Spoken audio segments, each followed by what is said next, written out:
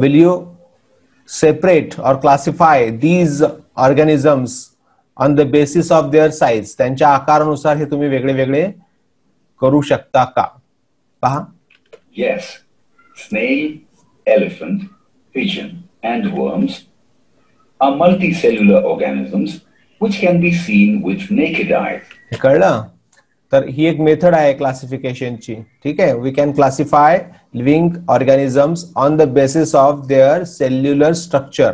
ठीक आहे. त्यांच्या सेलच्या रचनेवरून आपण किंवा एकपेशीय आणि बहुपेशीय म्हणजे युनिसेल्युलर आणि मल्टीसेल्युलर या बेसवर आपण काय करू शकतो, त्यांना काय करू शकतो, आपण सेपरेट करू शकतो, क्लासिफाय करू शकतो. आता हे सर्व जे आहे स्नेल, एलिफंट, पिजन, वॉर्म्स हे सर्व आपल्याला आपल्या डोळ्यांनी सहज दिसू शकतात. We can see with our naked eyes. Okay. So and these are the multicellular organisms. हे सर्व बहुपेशीय प्राणी आहेत. ठीक आहे. किंवा पक्षी आहेत किंवा कीटक आहेत किंवा आणखी काही प्राणी आहेत. पहा आता पुढचा point. On the other hand, amoeba, paramecium and euglena are unicellular organisms which cannot be seen with naked eyes.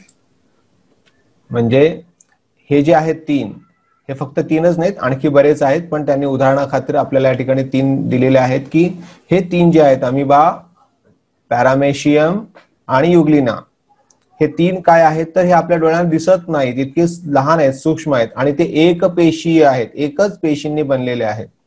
म्हणजे अशा पद्धतीने जे काही ऑर्गॅनिझम्स किंवा लिव्हिंग थिंग्स आहेत या दोन भागामध्ये त्यांचं क्लासिफिकेशन केलं जातं. जे डोळ्यांना दिसतात ते मल्टीसेल्युलर आणि जे डोळ्यांना दिसत नाहीत ते युनिसेल्युलर. जनरली या पद्धतीने केलं जातं. Organisms which cannot be seen with our eyes but can only be observed under a microscope are called microorganisms. मग अशा पद्धतीने जे डोळ्यांना दिसत नाहीत आणि जे फक्त मायक्रोस्कोप मध्येच आपण पाहू शकतो अशा लिव्हिंग थिंग्सला काय म्हणायचं आहे आपण आता? मायक्रो ऑर्गॅनिझम म्हणायचं आहे.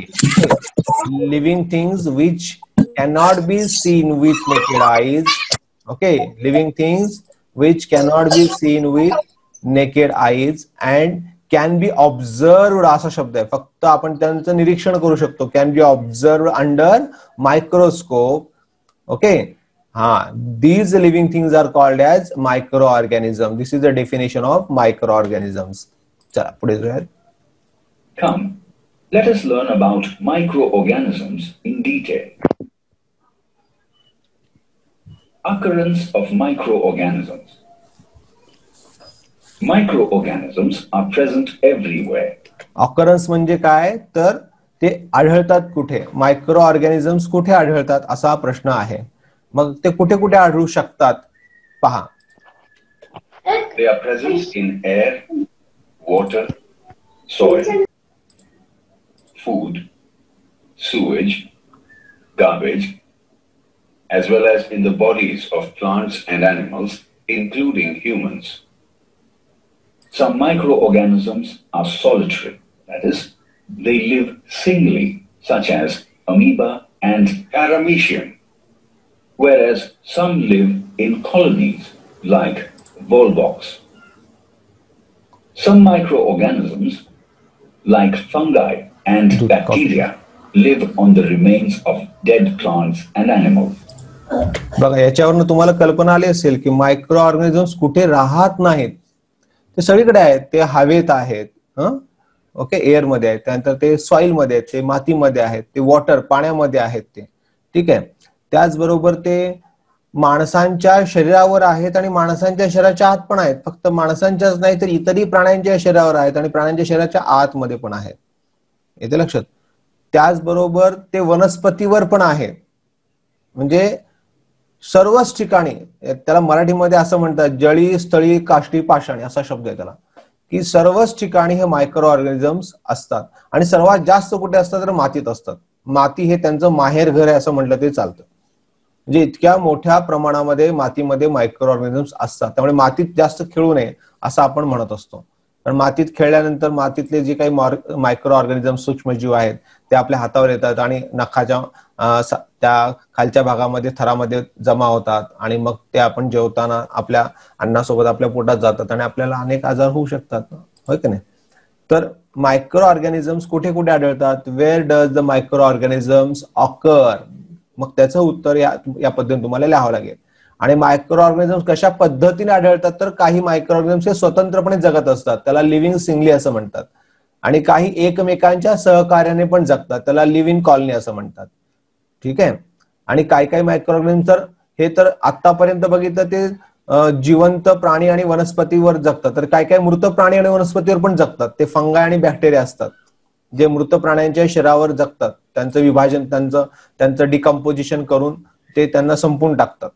म्हणजे अशा पद्धतीने कुठे नाहीत असं नाही, micro organisms are present at everywhere, हे लक्षात ठेवा.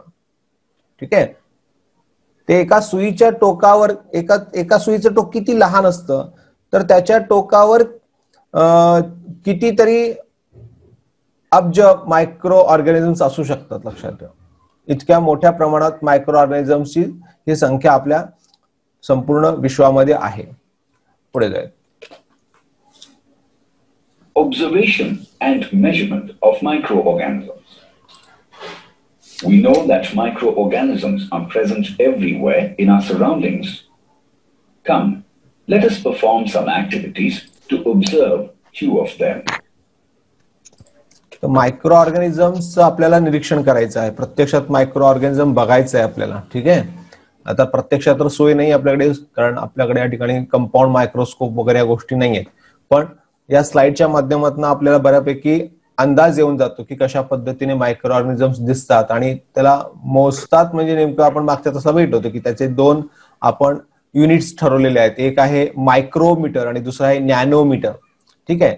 म्हणजे सहज डोळ्यांना दिसणारे जे काही मायक्रो ऑर्गॅनिझम असतात ते 100 मायक्रोमीटर पर्यंत असू शकतात, कारण 1 मिलीमीटर जेवढा भाग आपण सहज बघू शकतो, त्याच्यापेक्षा सूक्ष्म भाग म्हणजे 100 मायक्रोमीटर पर्यंत आपण बघू शकतो. पण त्याच्यापेक्षाही जर सूक्ष्म बघायचं असेल तर आपल्याला नॅनोमीटर इतकं खाली जावं लागतं. येते लक्षात. तर आपण आता 3 ऍक्टिव्हिटीज पाहणार आहोत की कशा पद्धतीने मायक्रो ऑर्गॅनिझम्स हे आढळतात वेगवेगळ्या ठिकाणी आणि ते कसे असतात पहा. Activity 1. Take a slice of bread. Moisten it with water. पाण्यात बुडवायचा ब्रेडचा एक तुकडा. आपल्याकडे ब्रेड आपण रोज सकाळी खातो किंवा आपल्या आजूबाजूला जर ब्रेड मिळत असेल किंवा भाकरीचा तुकडा जरी तुमच्याकडे असेल तर तो तुम्ही पाण्यात बुडवून ठेवू शकता आणि तो बुडवून काढायचा ओलसर करून आणि मग तो काय करायचं पहा. And keep it in a closed box for about 3 to 4 days. हे आपल्याला करता येऊ शकतं का नाही. तर आपल्या घरामध्ये भाकरीचा तुकडा किंवा ब्रेडचा तुकडा जर असेल किंवा पावाचा तुकडा जरी मिळाला तरी चालेल, तुम्ही तो पाण्यात भिजवायचा आणि तो एका डब्यामध्ये बंद करून ठेवायचा. किती दिवस? 3 ते 4 दिवस. त्याला उघडायचंच नाही. मग काय होईल 3 ते 4 दिवसांनी पहा. Observe this bread after 3 to 4 days using a magnifying lens. त्याच्यावर पांढरा, पिवळसर किंवा काळसर असा थर आलेला तुम्हाला दिसेल. कापसासारखा थर असतो बरं का तो. What do we observe? We observe that there is a filamentous growth of green and gray color on the moistened bread. Some black spots are also observed on this filamentous growth. त्यात शेवाळ वाढू शकतं बरं का. हे जे हिरव्या रंगाचं दिसतं ना ते शेवाळ आहे, शेवाळी वाढू शकतं. आणि त्याचबरोबर हे जे काळ्या रंगाचं आहे ही बुरशी आहे, फंगस असं म्हणतात किंवा फंगाय असंही म्हणतात त्याला. तर हे वाढतात त्याच्यामध्ये. ठीक आहे. म्हणजे हे कोण आहेत? हे सर्व मायक्रो ऑर्गॅनिझम्स आहेत आणि हे डेड मटेरियल्सवर वाढतात, हे लक्षात ठेवा. आणि अशा पद्धतीनं शैवाळ मात्र कसं आहे, स्वतःच अन्न स्वतः तयार करतं आणि त्यामुळं ते हिरवं असतं. त्याच्यामध्ये क्लोरोप्लास्ट असतात म्हणजेच क्लोरोफिल असतं. पण हे बुरशीमध्ये नसतं म्हणून ते काय करतं, दुसऱ्यांकडनं आपलं अन्न काढून घेतं. तर अशा पद्धतीनं या ब्रेडवर 3 ते 4 दिवसामध्ये काय झालेलं आहे तर मायक्रो ऑर्गॅनिझमची वाढ झालेली आहे. मग कुठून आले मायक्रो ऑर्गॅनिझम्स या ब्रेडमध्ये? कशी काय त्यांची वाढ झाली? आपण तर खातो ना ब्रेड, मग आपल्या शरीरामध्ये अशी वाढ होते का?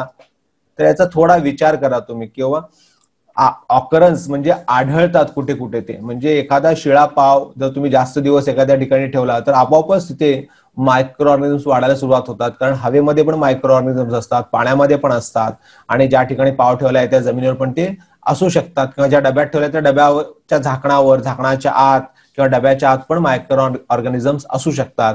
आणि मग जेव्हा त्यांना पोषक वातावरण मिळतं, ठीक आहे, सुटेबल कंडिशन्स त्या ठिकाणी तयार होतात त्यांना वाढण्यासाठी, त्यांची ग्रोथ होण्यासाठी, मग त्या अशा पद्धतीने वाढायला लागतात. येते लक्षात? त्यामुळे जास्त शिळं अन्न खायचं नसतं, म्हणजे 2-3 दिवसाचं अन्न खायचं नाही. 100% ते खराब व्हायला सुरू झालेलं असतं, कारण त्याच्यावर मायक्रो ऑर्गॅनिझमची ग्रोथ होत असते. Let us sketch this observation in the notebook. आता ही आकृती त्यांनी काढली, कशाच्या आधारावर काढली? तर त्यांना जे या ठिकाणी दिसायला लागलेलं आहे हे मायक्रो ऑर्गॅनिझमचे स्ट्रक्चर, तर त्या मायक्रो ऑर्गॅनिझम स्ट्रक्चर त्यांनी ड्रॉ केलं, तर असं ते दिसायला लागले. Come, let us perform another interesting activity. Activity 2. आता दुसरी ऍक्टिव्हिटी बघूया. Collect some water from a puddle into a beaker.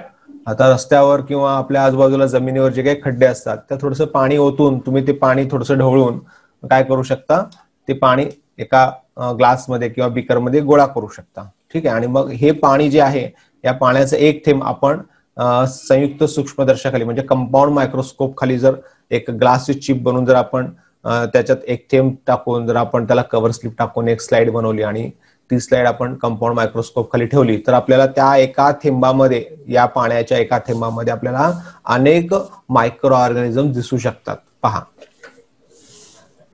Add a drop of this water on a clean glass slide and place a cover slip on it. He slide बनवली Remove the glass excess slide. water using a blotting paper and observe this prepared slide under a compound microscope. What do we observe? मला काय दिसेल बरं याच्यामध्ये? We see number of tiny microbes of different shapes and sizes under the microscope. एकाच काय म्हणू आपण त्याला, खड्ड्यातील म्हणा किंवा एकाच डबक्यातील म्हणा, त्या पाण्यामध्ये इतक्या प्रकारचे मायक्रो ऑर्गॅनिझम्स हे असतात, लक्षात ठेवा. मग तिथे मातीमध्ये ते कसे काय जिवंत राहतात? इतके दिवस पाणी नाहीये त्यांना, अन्न नाही मातीमध्ये, तर लक्षात ठेवा ते जेव्हा त्यांच्या विरुद्ध कंडिशन जेव्हा तयार होतात, जेव्हा त्यांच्या विरुद्ध कंडिशन तयार होतात, तेव्हा काय करतात ते, तर स्वतःभोवती एक संरक्षक कवच निर्माण करतात. लक्षात ठेवा, स्वतःभोवती काय करतात? एक संरक्षक कवच निर्माण करतात की जेणेकरून ते मृत होत नाहीत. त्या कवचामुळे ते खूप वर्षांपर्यंत जिवंत राहतात. आता पोटामध्ये ज्या प्रकारचे जंत होतात, तुम्हाला माहिती आहे जंत होतात पोटामध्ये काय काय लहान मुलांच्या, असं आपण म्हणतो की ते खूप साखर खातात त्यामुळे जंत वाढतात. तर प्रत्यक्षामध्ये ते मातीत खेळल्यामुळं आणि तशाच पद्धतीने खाल्ल्यामुळं त्यांच्या पोटामध्ये मातीत असणारे जे काही त्या जंताच्या अंडी असतात त्या पोचलेल्या असतात. आणि या अंडी किती वर्ष जगतात? तर 40 ते 50 वर्ष जगतात या अंडी, काही न खाता पिता. त्या अंडी मग अशा पद्धतीने पोटात गेल्यानंतर त्या जिवंत होतात किंवा त्याच्यातून जंत तयार व्हायला सुरू होतात, अळ्या तयार व्हायला सुरू होतात. म्हणजे मातीमध्ये पण हे मायक्रो ऑर्गॅनिझम्स हे काय करतात? स्वतःभोवती कवच निर्माण करून ठेवतात आणि त्यामुळे ते मरत नाहीत. आणि जेव्हा आपण त्यांना पाणी वगैरे देतो मग तेव्हा ते ऍक्टिव्हेट होतात. आलं लक्षात? म्हणजे पाणी मिळालं की ते ऍक्टिव्हेट होतं. त्यामुळे कोरडं असणं गरजेचं आहे. जास्तीत जास्त तुम्ही जेवढं वातावरण कोरडं ठेवाल तेवढे मायक्रो ऑर्गॅनिझम्स हे काय होतात? कमी डेव्हलप होतात. तर अशा पद्धतीने एका डबक्यामध्ये किंवा एखाद्या खड्ड्यामध्ये जर पाणी असेल तर त्याच्यामध्ये अशा प्रकारचे वेगवेगळ्या आकाराचे आपण काय बघू शकतो? मायक्रो ऑर्गॅनिझम्स त्या ठिकाणी डेव्हलप होताना बघू शकतो. आणि यांची वाढ फार वेगाने होते बरं का मायक्रो ऑर्गॅनिझमची. म्हणजे तुम्हाला आता कळेल पुढच्या एका उदाहरणामध्ये. Come, let us sketch this observation in the notebook. Let us now perform one more activity to show that microorganisms are present everywhere. Activity 3. तिसरी ऍक्टिव्हिटी बघूया. Take a drop of yogurt or buttermilk. आता yogurt आणि butter milk याचा अर्थ काय? तर yogurt म्हणजे दही आणि बटर मिल्क म्हणजे ताक. आता हे तर खायचे पदार्थ आहेत. खायच्या पदार्थामध्ये पण मायक्रो ऑर्गॅनिझम्स आपण पाहू शकतो का, अशी शंका तुम्हाला आली असेल तर होय. आपण जे पदार्थ खातो ते पण त्याच्यामध्ये पण मायक्रो ऑर्गॅनिझम्स असतात, पण हे युजफुल असतात, म्हणजे काहीतरी उपयोगी असतात आपल्या शरीराला. ते हानिकारक नसतात, ते पोटात गेले तरी आपल्याला काही त्याचा त्रास होत नाही. उलट त्यांनी जे काही दही आणि ताक बनवलेले आहेत, म्हणजे त्यांनी बनवले म्हणजे त्यांच्यामुळे बनलेले आहेत, ते मायक्रो ऑर्गॅनिझम्स त्या दही आणि ताकामध्ये आहेत आणि त्यामुळं त्याची पौष्टिकता वाढलेली आहे, असा तो प्रकार आहे, लक्षात ठेवा. आणि मग अशा ताकाचा किंवा दह्याचा एक थेंब जर आपण ग्लास स्लाइड मध्ये घेतला आणि तो बनवला तर आपल्याला त्याच्यामध्ये कसे मायक्रो ऑर्गॅनिझम दिसतात ते पहा. And observe under a compound microscope. What do we observe?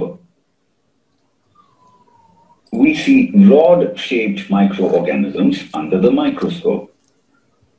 Come, let us draw our observation in the notebook. तर याच्यामध्ये रॉड शेपचे आपल्याला मायक्रो ऑर्गॅनिझम दिसतात आणि ते या पद्धतीने आपण ड्रॉइंग करून घेऊ शकतो. ओके, चला आपण पुढे जाऊयात आता. तर हे लक्षात ठेवा, हे ड्रॉइंग्स तुम्हाला म्हणजे फिगर्स जे आहेत आपल्या पुस्तकात आहेत, पेज नंबर 75 वर तुम्हाला ते सर्वच्या सर्व तर काढता येणार नाहीत, पण त्यातल्या त्यात जेवढे काढता येणं शक्य आहे तेवढे तुम्ही ते काढा आज. ठीक आहे, चला पुढे जाऊ. आपण हे सगळं का बघतोय तर आपल्याला हे माहित असायला पाहिजे की कुठे कुठे मायक्रो ऑर्गॅनिझम्स आढळतात, कुठे कुठे मायक्रो ऑर्गॅनिझम्स आढळतात, ऑकरन्स ऑफ मायक्रो ऑर्गॅनिझम्स असं आपण समजून घेतो. आणि मग त्याच्यामध्ये आतापर्यंत आपण ब्रेडच्या तुकड्यावर बघितले, त्यानंतर एखाद्या मडी वॉटरमध्ये बघितले, त्यानंतर योगर्ट आणि बटर मिल्क मध्ये पण बघितले. म्हणजे या सर्व ठिकाणी हे मायक्रो ऑर्गॅनिझम्स आहेत, येते लक्षात. हा, तर मग आता पुढे बघूयात आपण. This is a chart in which different types of microorganisms are shown. Do you find any of the microorganisms that we have observed under the microscope in this chart? आपण जे 3 ऍक्टिव्हिटी केली त्याच्यामध्ये आपण ज्या काही मायक्रो ऑर्गॅनिझम्सना पाहिलं, त्याचे drawings काढले, ते same to same micro organisms याच्यामध्ये कुठे आढळतात का हे जरा ऑब्झर्व करा. Yes. बघा कुठे आढळतात का बघा तुम्हाला. या ठिकाणी एक आहे पहा. हा, त्यानंतर हे पण आहेत, आता आपण ऑब्झर्व केले यानुसार आहेत ते, हे आणि हे दोन. ठीक आहे. हा, त्यानंतर दोन तरी मला सापडले. बघा तुम्हाला आणखी काय सापडतात का. आता त्यांनी काय दाखवले बघूयात. Some of the microorganisms we observed are present in this chart. What do you infer from all these activities that we have performed? आता जे काय ऍक्टिव्हिटी आपण पाहिली, ऍक्टिव्हिटी 1, 2 आणि 3, याच्यावरनं आपल्याला इन्फर काय केलं, अनुमान काय काढलं तुम्ही, याच्यावरनं तुम्हाला काय सांगता येईल पहा. We infer that microorganisms sir आवाज अडखळतो where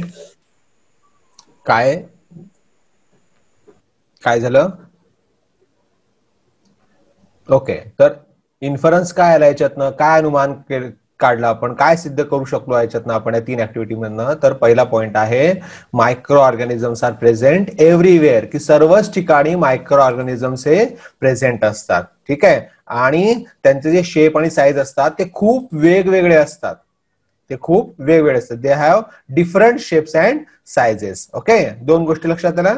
ब्रेडच्या तुकड्यावर पण आहेत, मातीमध्ये जे चिखल बनतं किंवा पॉन्ड बनतो, आपण त्याला पॉन्ड म्हणतो, त्या पाण्यात असतात. त्यानंतर योगर्ट मध्ये, बटर मिल्क मध्ये पण असतात. म्हणजे एवढ्या ठिकाणी ते असतात असं आपण नुसत्या 3 ऍक्टिव्हिटी मधनं सिद्ध केलं. जर सगळीकडचे सगळ्या गोष्टी जर घेतल्या आपण तर आपल्या लक्षात येईल की एव्हरीवेअर ते अवेलेबल आहेत, उपलब्ध आहेत, उपस्थित आहेत. ठीक आहे, पुढे जाऊ. And they vary in their shape and size. हा व्हॅरी शब्द आहे बरं का. व्हेरी म्हणजे वेगळा, VERY व्हेरी, हा व्हॅरी, VARY व्हॅरी म्हणजे विविध. ठीक आहे, तर त्यांच्यामध्ये शेप आणि साईज मध्ये विविधता आहे. व्हॅरी हा शब्द वेगळा आहे थोडा. Do you know we cannot see objects smaller than 100 micrometers in size with naked eyes? 100 micrometre पेक्षा लहान असणारी कोणतीही वस्तू, ऑब्जेक्ट किंवा मायक्रो ऑर्गॅनिझम आपण पाहू शकत नाही आपल्या उघड्या डोळ्यांनी.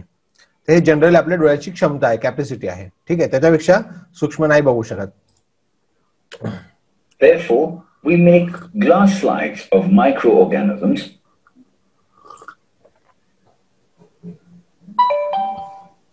and observe them under a microscope. Most of the microbes measure less than 100 micrometers. For example, the size of paramecium is about 100 micrometers, while the bacterium of typhoid measures only 1 to 3 micrometers. Poliovirus is very small in size and measures only 28 nanometers.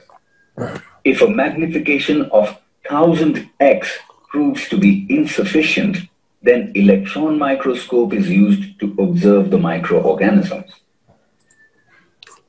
बघा, पॅरामेशियमचा micro organism जो आहे तो आपण 100 micrometre असल्या आहे, त्यामुळे तो नाही बघू शकत. पण 100 पेक्षा जर मोठा असेल, म्हणजे 200-300 मायक्रोमीटर असेल तर तो आपण बघू शकतो. 100 पासून जे कमी ज्यांची साईज आहे ती आपण नाही बघू शकत. 1 ते 3 मायक्रोमीटर साईज आहे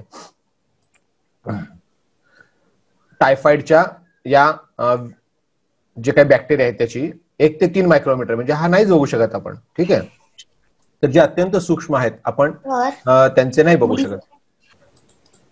हे समजलं तुम्हाला? म्हणजे 100 मायक्रोमीटर पेक्षा कमी साईज असणारे कोणतेही सूक्ष्मजीव आपण पाहू शकणार नाही उघड्या डोळ्यांनी. त्यासाठी कंपाऊंड मायक्रोस्कोपचा उपयोग लागेल. आणि त्याच्यापेक्षा सूक्ष्म बघायचं असेल, पोलिओ व्हायरस बघायचा असेल तर मात्र आपल्याला इलेक्ट्रॉन मायक्रोस्कोपचा उपयोग करावा लागेल. इलेक्ट्रॉन मायक्रोस्कोप इज यूज्ड, आणि हा खूप कॉस्टली असतो. त्यामुळे सामान्य शाळेमध्ये किंवा आपल्यासारख्या शाळेमध्ये तो आढळणार नाही, किंवा मोठ्या शाळेतही तो नसतो.